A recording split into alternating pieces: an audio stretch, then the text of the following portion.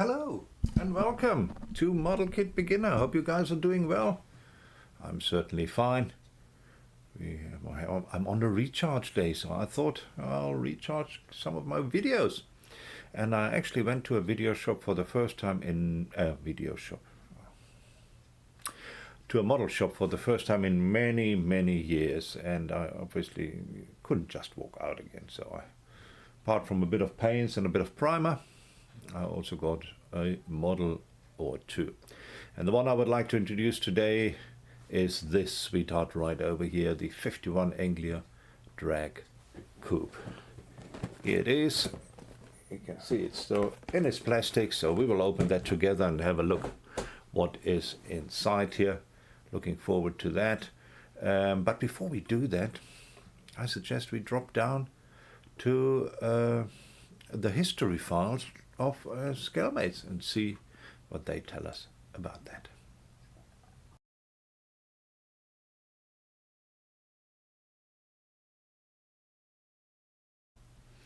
And here we are with the 51 Anglia drag coupe from the fine folks over at Revel. You see it right over here, see the numbers, you see it is a Revel kit, 125. Came out in 2017 with a new box. It says folding box side opener. That's not right, it is not. Normal American Revel top opener, I think. That's what it looks like from here. And obviously we also have the history, always the interesting one. So let's have a look what we have here. So the first iteration apparently was in 1966 from Revel, and it was apart from one exception of Advent, well, not around anymore for some time. You can see that here. Apart from that, it was all Revel all the way down to the end. Here you go. And this is what the first kit looked like. And if you look at that, let's just move that a bit more in the middle here. If you look at that, that looks very similar to ours. Look at that. Yeah, very similar. Same photo for sure. But it says here 51 Ford Anglia, where on the 2017 box, which I have here, it says Anglia drag coupe. So, but otherwise it seems to be the same photograph used on the box. Just showing you some others, some other box art box. I like this one here, really nice. And just to show you that this is a real thing, here we go. Here you have a Skipper's Critter. That is the Anglia dragster. Just with this one, I see they have a nice inlet here on top for the supercharger, I would assume, which I did not see on my box. Let's have another look. Now it doesn't seem to be there. So I don't know if you get the option in the kit, but there's only one way to find out, is there? So let's drop down to the bench and have a look at this. See what's happening. I'll see you down there.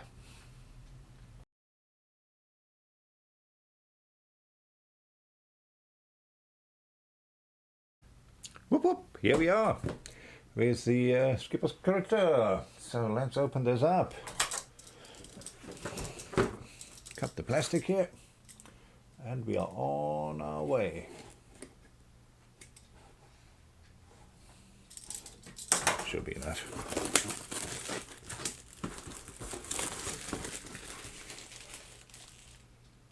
There's an official Ford licensed product. Right, it says original kit parts selected subjects program. That is what that means. SSP gives you an idea of what age they expect you to be. Apparently it takes 7 hours plus. Okay, it's apparently a level 5 kit, which is quite something. Then let's have it on the side. We just have the same. On this side we have a little bit of photographs of the finished model. Somebody built it. It's not the same red, is it? It's more of a Bordeaux kind of red. Anyway, that's it. And then on this side, obviously very interesting information. There is 119 parts in here. The whole thing is 17 centimeters long, so it's quite short, obviously, because it is just an Anglia. And then here are the colors on the box. There might be more in the instructions. We will have a look at that just now. But if you get away with that, that's not too many. All right, let's open it up. Oh, come on, just come open up. There we go.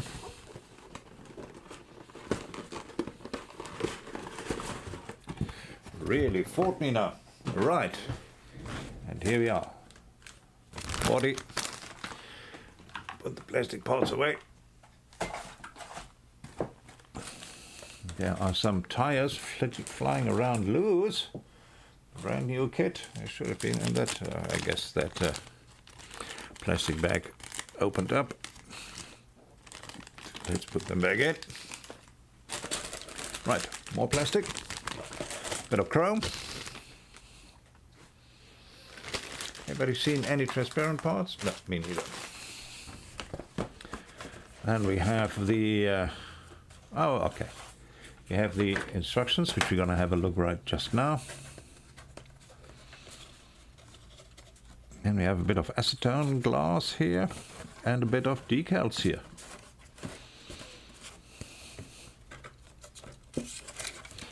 Right, here are the decals. We're going to have a look at those now.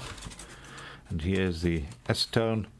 And I was just going to show you that. So this is obviously what is used as windows. It's straight glass, so it shouldn't be a problem. You can use that easily. Right.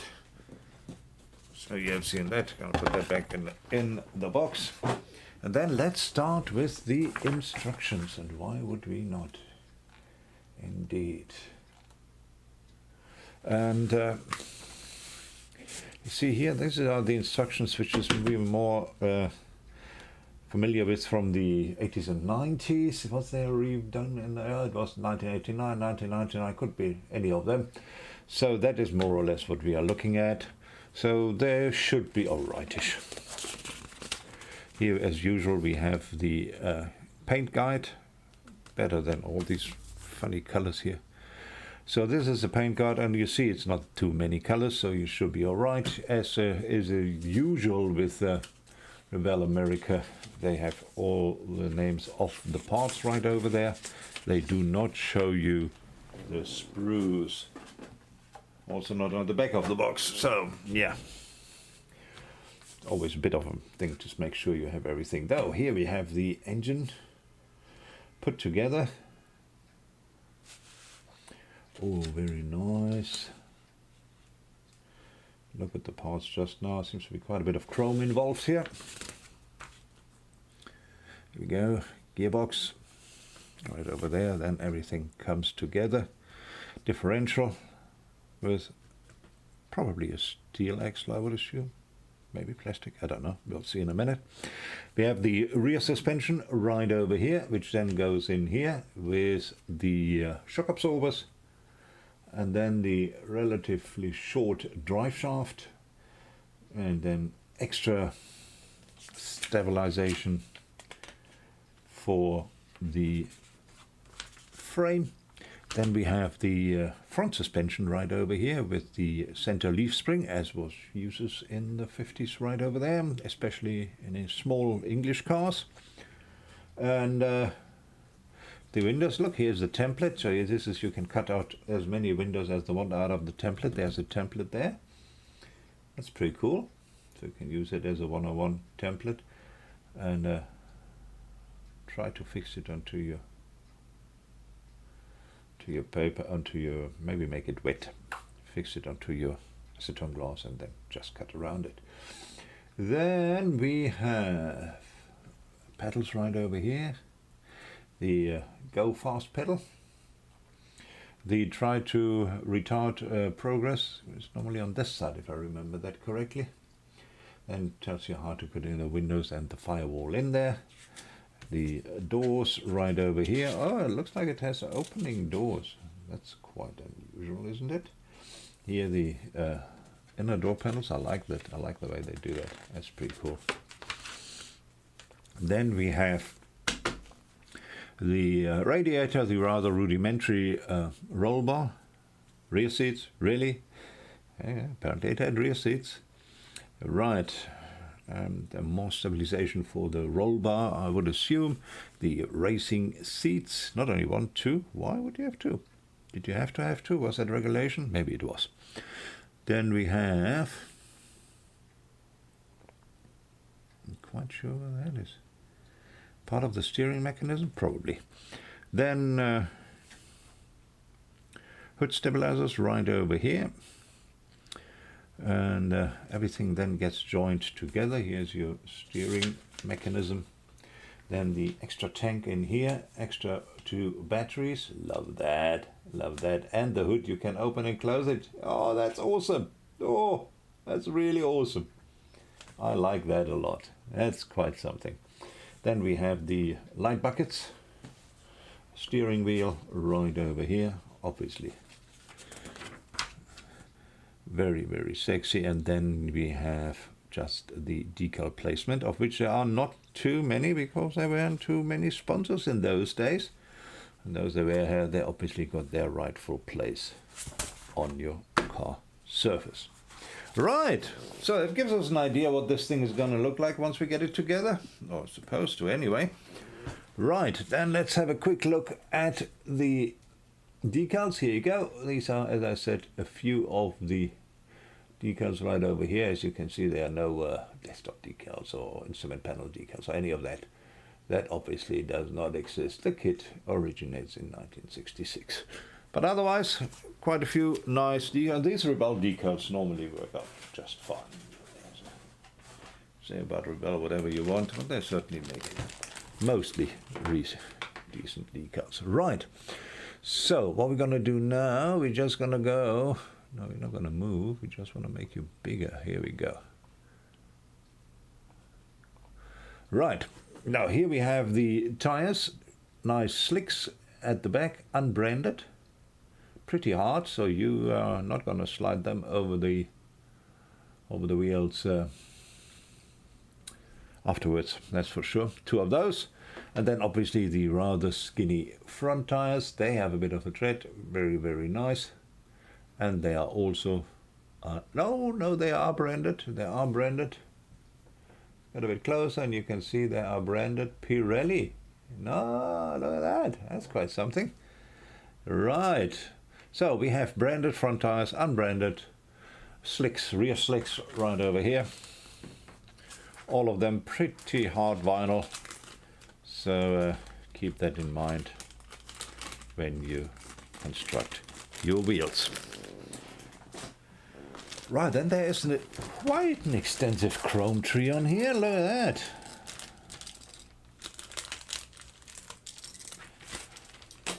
Quite something.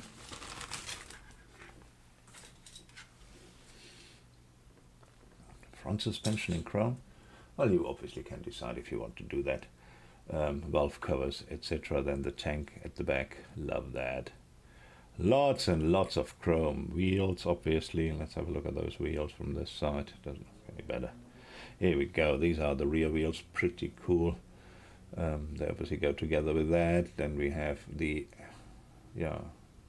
lights right over here. As we have seen, no transparent parts.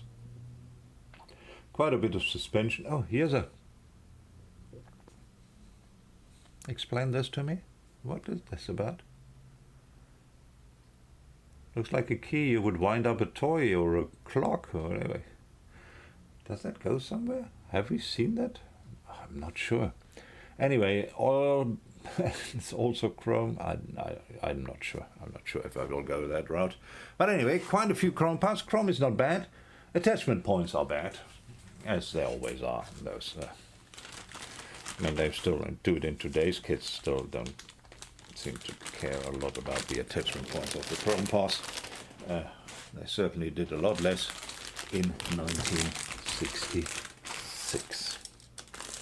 Right. Now, this is, apart from the body, the one and only plastic bag.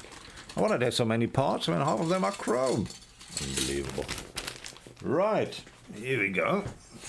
while this is floating around here we have the hood or bonnet. There you go. Actually textured inside, so that's pretty cool. And you have this, so you can actually pretty easily make this an opening version. That's pretty cool. I like that. Then what do we have here? Here we have the doors. And a couple of pipes right over here. We have the racing seats right over here. Radiator, engine parts, gearbox parts. That's right over here. Oh, look at that. You can look inside the engine. Pretty cool, I guess. Does it just stay open like that? I don't know. Right, obviously, as we have seen, the original seemed to have a supercharger on top as well. I haven't seen a supercharger here yet. With an outside inlet, and I haven't seen any cut-out possibilities on the hood. So obviously they're not going to build it to that particular use. Right, we have a firewall right over here. We have the bench. Really, we have the rear flap or boot flap right over here. There is another wall of sorts, and this looks like to be a suspension part. So we have this one, we have the bench right over here, firewall, and then we are back to the doors, and in this area we have engine and gearbox.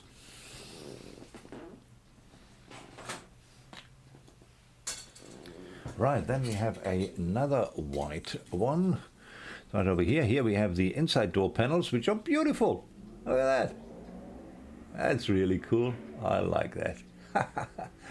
Very nice. And then rear quarters as well.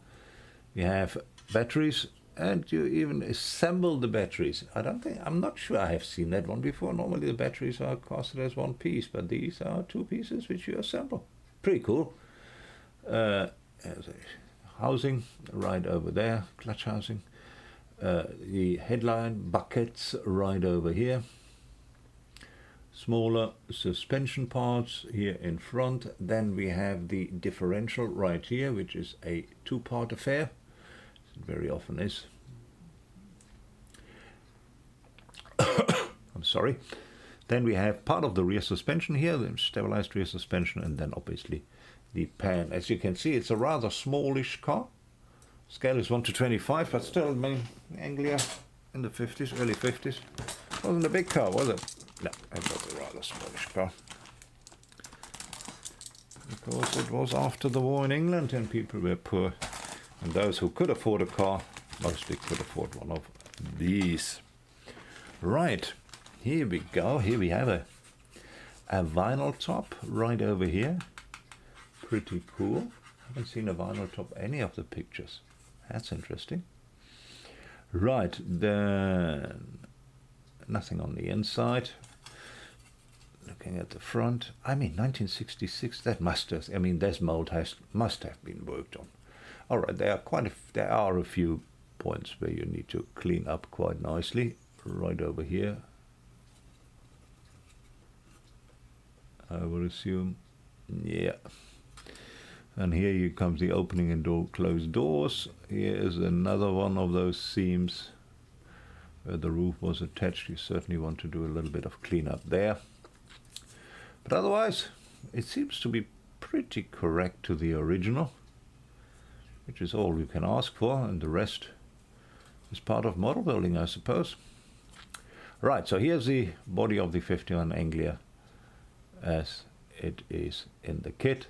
Doors extra, bonnet extra, and the lid for the luggage department is also extra, and all of them you can build that they can open up. That's pretty exciting. That's quite nice. I like that idea. Right, and that, ladies and gentlemen, what is in the box of the 51 Ford Anglia. The drag version right over here, Skitter's Critter. I think it's a pretty nice kit for the time. So let's go upstairs and I'll give you my final thoughts and we say goodbye. See you there.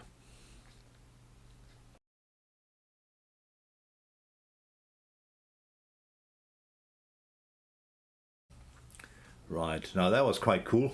Quite cool, the Skitter's critter. Really love that. Love it that it was a real thing, that they really did drag racing with that. Love it that it is, you know, racing in the 50s where anybody could pitch up and just do it and have fun with it. So that is obviously an era which is fantastic for racing, or was at the time. Pretty cool. So looking at the box, it needs a bit of cleanup, but keeping in mind that the first mold of this was done in 1966, it actually looks quite good. It really does. I mean, I'm quite impressed. I think it will be lots of fun building this up. And should you see it somewhere, and I've seen a model roundup, I think have some. I'm sure you'll find it somewhere else as well. But yeah, I'm very happy that I got it here in South Africa. I haven't seen it anywhere, but in that model shop which I visited today. It's a model spot in Cape Town if you want to have a go at that. And I'm sure my good friend Nick, who runs the shop for the owner, will be happy to say hello to you. Right, and then obviously you also see Grumpy's Bazaar is there if you want to order some custom models, some older models. Grumpy Bazaar has sometimes really a good selection. At the moment he probably is waiting for another shipment or something. As far as I'm concerned, I've bought everything which I needed. I will put the link of Grumpy Bazaar in the description, also the link of my Facebook page. Have a go there. It's a quick visit. You don't need to stay long. Just say hello. Right, folks, thanks very much for popping in. Give it a like and subscribe, and greetings from Cape Town. Cheers.